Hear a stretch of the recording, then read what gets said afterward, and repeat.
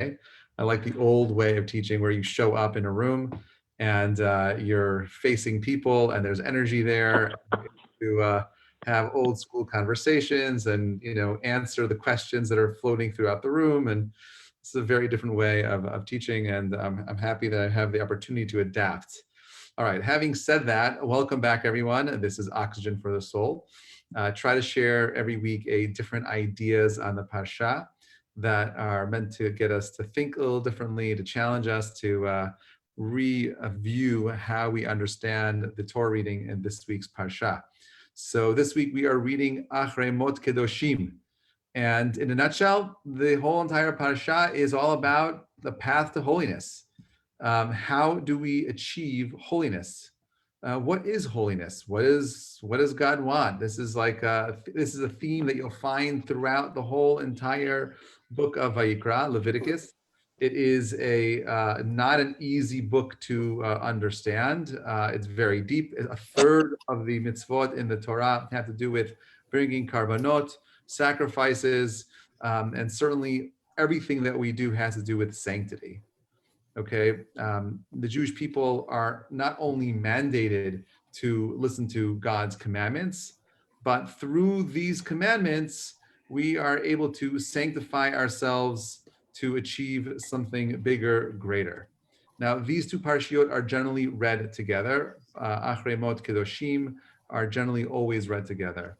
And they serve as the instructions as to how we can attain a level of holiness, how we can attain this lofty goal of achieving something bigger, something beyond the self. And I'm going to say it like that, and you'll see why. So the end of the parsha, because Achrei Mot Kedoshim go together, they're always read together. Achrei Mot, not always. There are circumstances where they're read separately, but this year, like most years, shalom everyone on Instagram. Thank you so much for the waves. Pleasure seeing you all. The parsha at the end states as follows. Okay, it says, "Ushmartem et mishmarti." You shall safeguard my command, my charge. Levilti asot mechukot, not to do any of the customs hatoevot that are an abomination, asher na'asu lefneichem, that were done before you. Below titamu, and don't contaminate yourself by him through them. Ani Hashem Elokechem, I Hashem your God. And then that segues straight into Darber al kol adat b'nei Yisrael v'amarta lehem kedoshim tihiyu. That is right out very clear. Go out and be holy proactively. So don't imitate the practices of the land of Egypt, right? Don't do the practices of the land of the Canaanites. Those things were an abomination to God.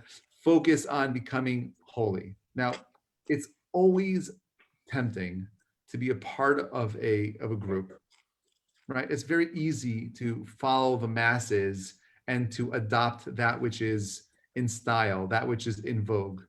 Therefore, at the very outset of history, God warns us that if we are to survive as Jews, if we are to retain our faith, then we cannot imitate the ways of the nations among whom we dwell.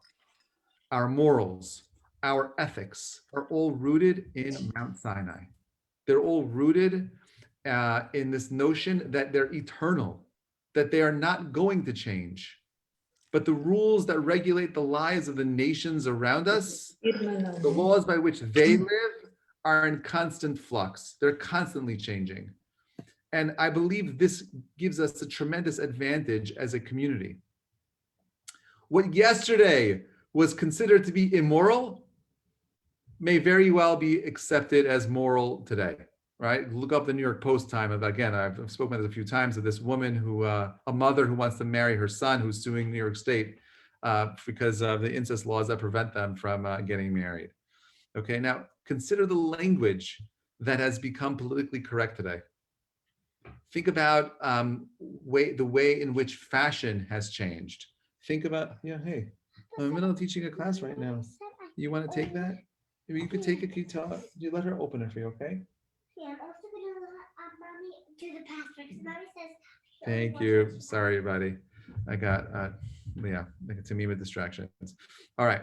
So, you see that the society that we're in today is slowly changing, lowering the bar of the standards that were so clear to all of us growing up, right? Imagine how much it's changed already, right? That today a person could choose their gender. They could choose, I mean, like, it's insane, right? Where's that fine line between a disorder and what we call normal? And that line has been blurred. Okay, in the Torah world, there is no lowering of standards. There is no, oh, we're changing things now because this is a high fashion and this is what entertainment determines, the entertainment world determines to be, holy, and so on and so forth. It's a different reality that we are living in today, a different type of world in which we are able to, rethink these words and ask ourselves, how much meaning do these ideas have today? Okay, but my question is like this: we're noticing the breakdown in families. We notice the wisdom of this particular prohibition, but what if we don't see it? What if we're comfortable and have no objection to what society advocates? Right. So remember the concluding words of this verse: do not follow their statutes. The only way in which we as Jews have survived historically, the only way we as Jews have been able to maintain our identities and overcome the challenges that have come our way is by keeping clear what we believe, keeping clear the statutes that we want to uphold. Right. It's very easy to see that maybe our values, or you may consider your values are being outdated. You may think that they are no longer relevant, but that's the mistake. I want you to know every society that Jews have lived in had Jews who questioned whether or not Judaism was relevant. And you know where they are today? They're bye-bye. They're no more. They're gone. And you, my friends, the small group of people that are, listening to a shiur on a Friday afternoon. I don't know why you're here. Don't you have jobs? But I guess not. It's okay. I love the fact that you're here. But the fact that you have a small group of people who are here on a Friday afternoon, who understand that it's a busy time, they can do 1,000 other things, but yet find the time to go ahead and see the value in learning, the value in trying to be challenged, to find inspiration. That, my friends, is the key to your Jewish survival. If you didn't have that, and you know how many other people should be not in my class, but a class somewhere, and they're doing nothing. Our way of life, our values, our morals, our ethics are all rooted in Sinai, in the fact that there was a divine revelation at Sinai that is eternal. It's true in every culture, in every century, in every society, no matter what the circumstances are. It's true that our local, non-Jewish neighbors could point us and say, "Oh, there are those archaic Jews again." But in 100 years' time from now, I'm confident that we'll have Jews who are still practicing this stuff, who will be stronger as individuals and as a community because of their steadfast commitment to understanding, learning, and growing, developing themselves. People have lost this today. Now, one of the mitzvot in this parasha is, you shall not place a stumbling block on before a blind person. Okay, it reads as follows. It's a great pasuk. Love this idea. Lo tikalel cheresh lifnei iver. You should not curse, or even a deaf person, v'lifnei iver, before a blind person, lo titen michshol. Don't put a stumbling block. Right? The Torah's got to spell this out for us. Right? Now, it's not meant to be taken literally, but it also has to be. We have to be very careful not to give misleading advice. We also have to ensure that we don't have any hidden agendas, and that our motivations for giving advice are pure. I can't tell you how many times people ask me for advice, or I hear people giving advice, and I hear in that advice a tinge of, oh, that advice is it's going to benefit the person who's giving the advice. It's not about giving something over in a pure, clear kind of way, right? The question has to arise, right? This question of giving pure advice always has to arise however, when the Torah doesn't simply state that we're not permitted to mislead others, why does the Torah use this particular figure of speech of place a stumbling block before a blind person? If this is all about giving pure, clear advice, why write it in such a poetic kind of way? Now, the Torah wants to impart to us the seriousness and the importance of what I would say is the basis for all relationships. Do you know what the basis for all relationships are? Okay, it's something called trust, right? You trust, then commitment, but trust. No sane individual would consider tripping a blind person. No sane individual would allow a blind person to step in front of a moving vehicle, in front of a truck, right? Therefore, misleading someone who is unaware is just like allowing the blind person walk in front of the truck, allowing the kid on the corner without his mom to cross the street while you see a car coming. You wouldn't stop and say something? Of course you would.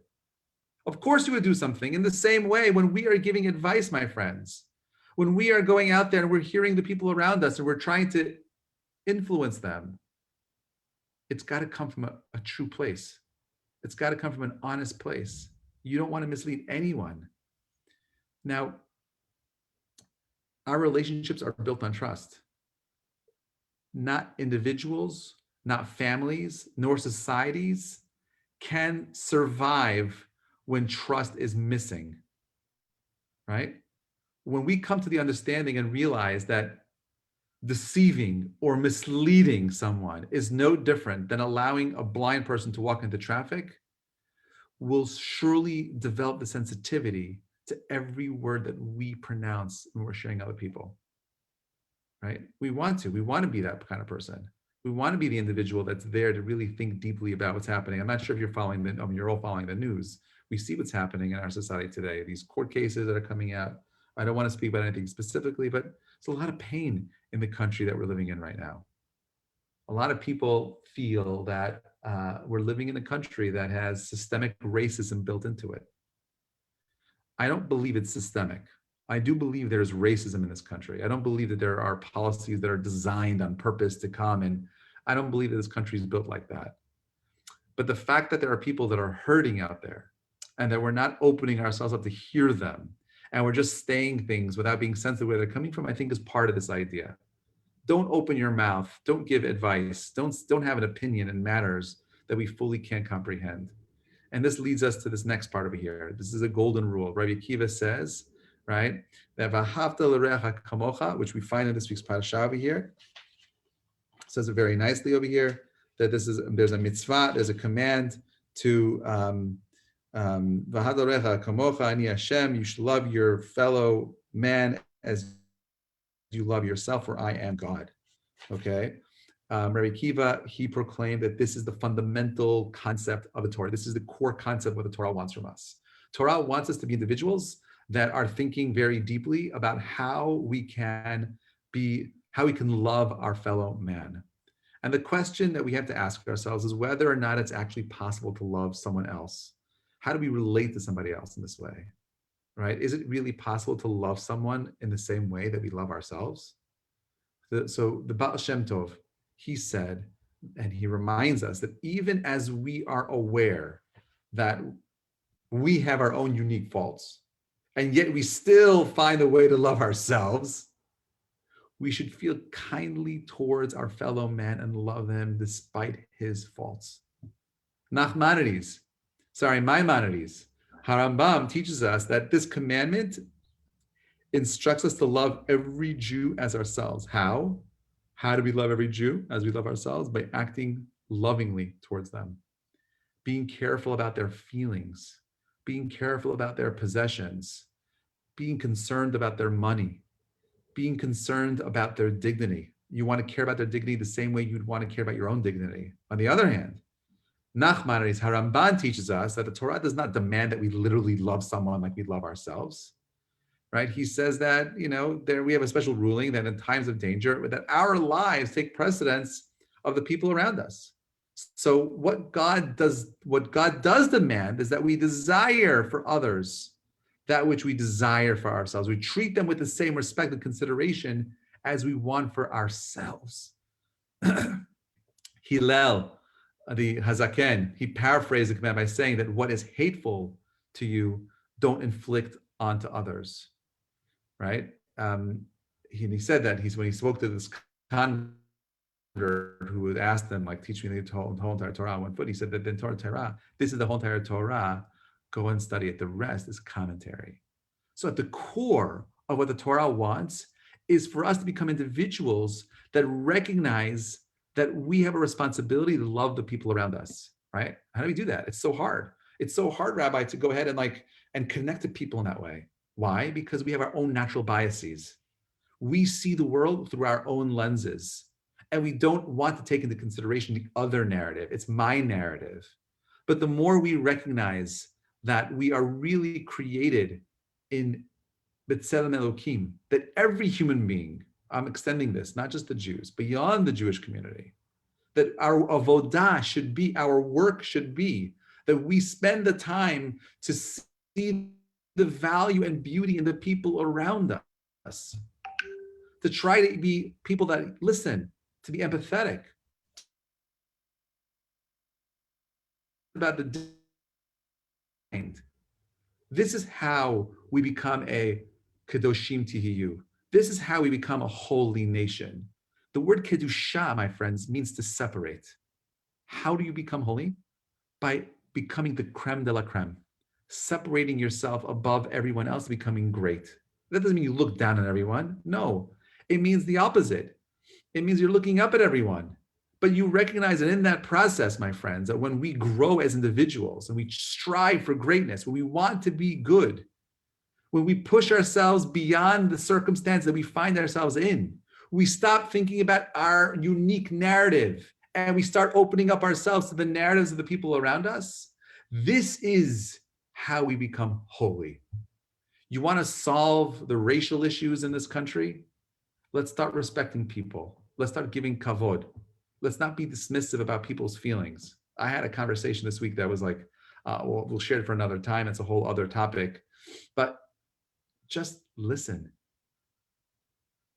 Just listen. Open yourself up. Love people, and you'll find yourself fulfilling every single tenet of the Torah. You'll find yourself completing every single relationship you're in. The thing that gets in the way with our relation with people, that's ourselves, because we're too busy in here and not busy out here, listening to the things that are happening around us, opening ourselves up to the possibility of someone else's perspective, somebody else's emotions, somebody else's feelings. So we discover in this week's Parsha the path to holiness. We discover the meaning of spirituality over here.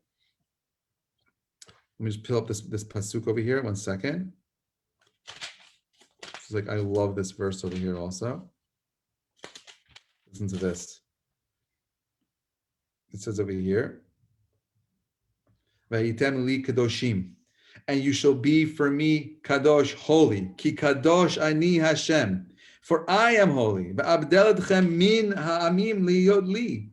And therefore, why? Because I want to separate. I've separated you from these nations. Why? Liyot li, to be to me, for me, to be mine. What does God want from us? What is he asking us here? Okay, he's asking for us to do something very, very clear. Okay, a person can aspire to ordinary holiness, right? Or to any kind of holiness. Now, is that realistic? Is it possible to become holy? And the Torah says, not only is it possible, but he's mandated. We're mandated to do so. Our Pasha does not present this command as a theoretical concept of achieving Kedusha, holiness, but it details the exact steps that we have to take to realize the goal.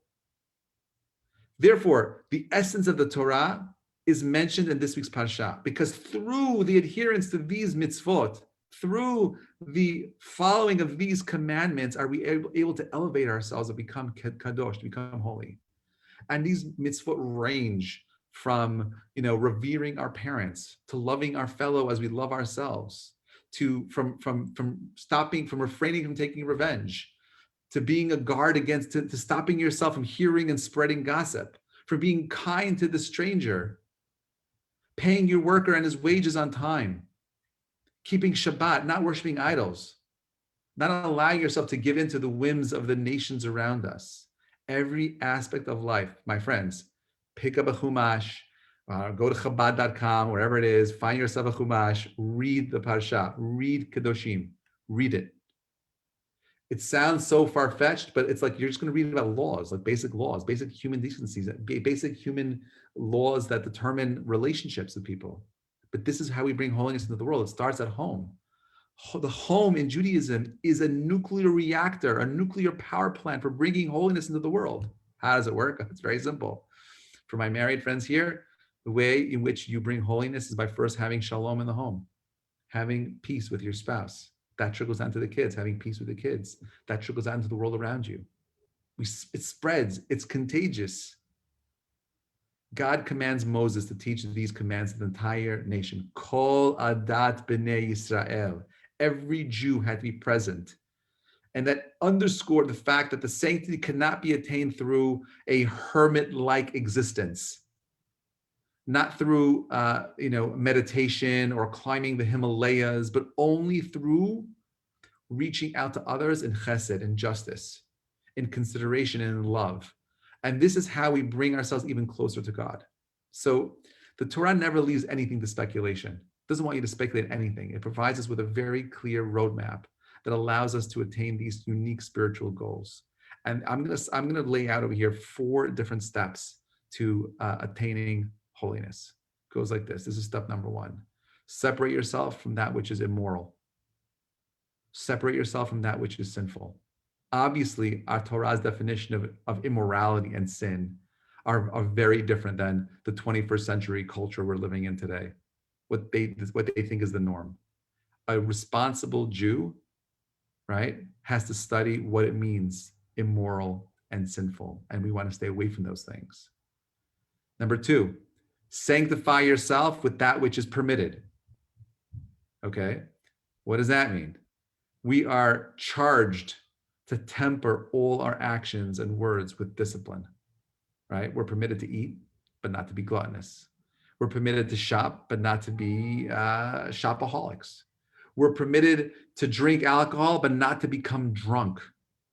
You want to go ahead and drive yourself a nice car, b'chavod, drive it, but make sure you're doing mitzvot with it. Okay, so sanctify yourself with that which is permitted. Enjoy the world, but do with that which you can do. You want to get yourself chewing gum, make sure it's not Wrigley's. I'm not sure if Wrigley's is kosher anymore, or if it ever was, but make sure you're getting the kosher gum. Today it's so easy. Okay, number 3, make God beloved through our deeds and words. As Jews, we are charged with the responsibility of being ambassadors for God, something called Kiddush Hashem. Okay, we're mandated to inspire people so that they can praise and love Him through our actions, by us demonstrating our kindness, by demonstrating our refinement. We bring honor to God's glory and His name. Now, this doesn't pertain to any major world-shaking events, but to our every single day actions. What you and I do the way in which we cross the street, the way in which we're paying the bus driver, the train guy, or whoever it is. It's the mundane things. It's the small things, the small interactions that matter. When you say thank you, being respectful, right? Giving someone the right of way when we're driving, because in New York, there's only 2 speeds. There's fast and there's get out of my way, right? That's just the way it is, right? And not grabbing someone else's parking space. There are thousands of examples of things that you and I could be doing. Are we thinking about that? Becoming more than the circumstances we find ourselves in, transcending the emotions that we're constantly dealing with. Number 4, even as God is compassionate and forgiving, we must become compassionate and forgiving. It sounds so easy, but it's so hard. We have to strive to emulate God and all of his attributes of mercy and forgiveness. Where does that begin? In our interpersonal relationships. Again, for me, I'm married. I'm telling you, the way I'm challenged here is always with my spouse first.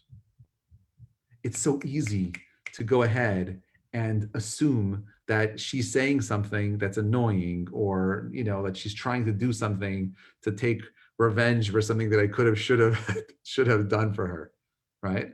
This is the way it is. We're always thinking about how someone else is going to one-up us.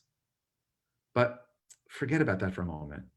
You're much bigger than the circumstances you find. You don't realize how big you are. If you, my friends, would realize how big we each are, we would never allow the petty things in our immediate relationships to impact us. But we think we're small, and therefore my pride, my ego steps in. And God's saying, my friends, you are like me, created b'tselem Elokim, you're holy. I endowed you with a soul. You could become so great. How do you start? Love people. How do you start loving people?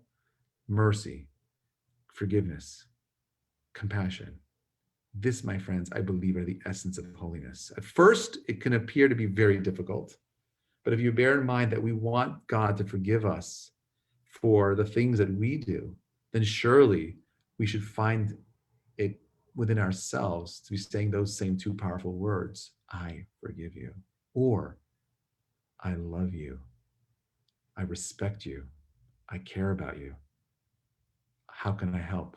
What can I do? The more we're able to grow ourselves as individuals that are striving for Kedusha. I don't know if it's possible to be holy. I don't know. I don't know what that means exactly, but I know what the goal is.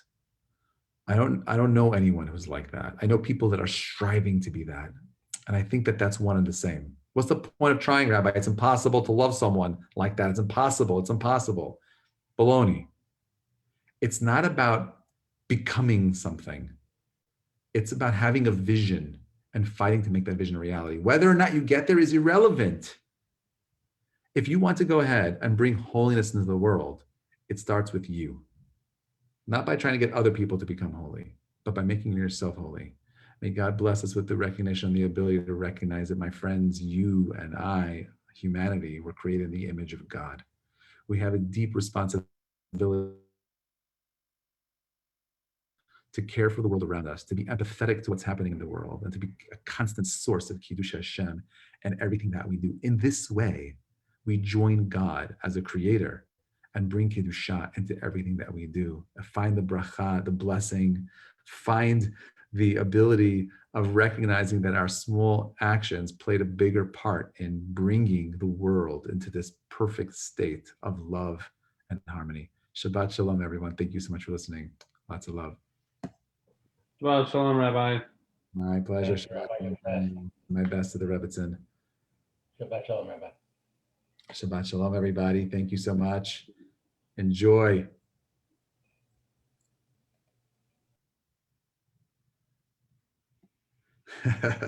I'll make sure to give Nalini a ride in the Porsche only once. Shabbat Shalom. Thanks, Alana. Thanks, Roman. Nice seeing you. Hopefully we'll see you guys soon again. Thank you, Leslie, Kathy, Sion. Always a pleasure. Thank you for stopping in. Shabbat Shalom. Send my best to Tatiana. Hey, oh, that's so nice. I didn't know you were there. I would have given a whole different speech for you. Shabbat Shalom, guys. Enjoy.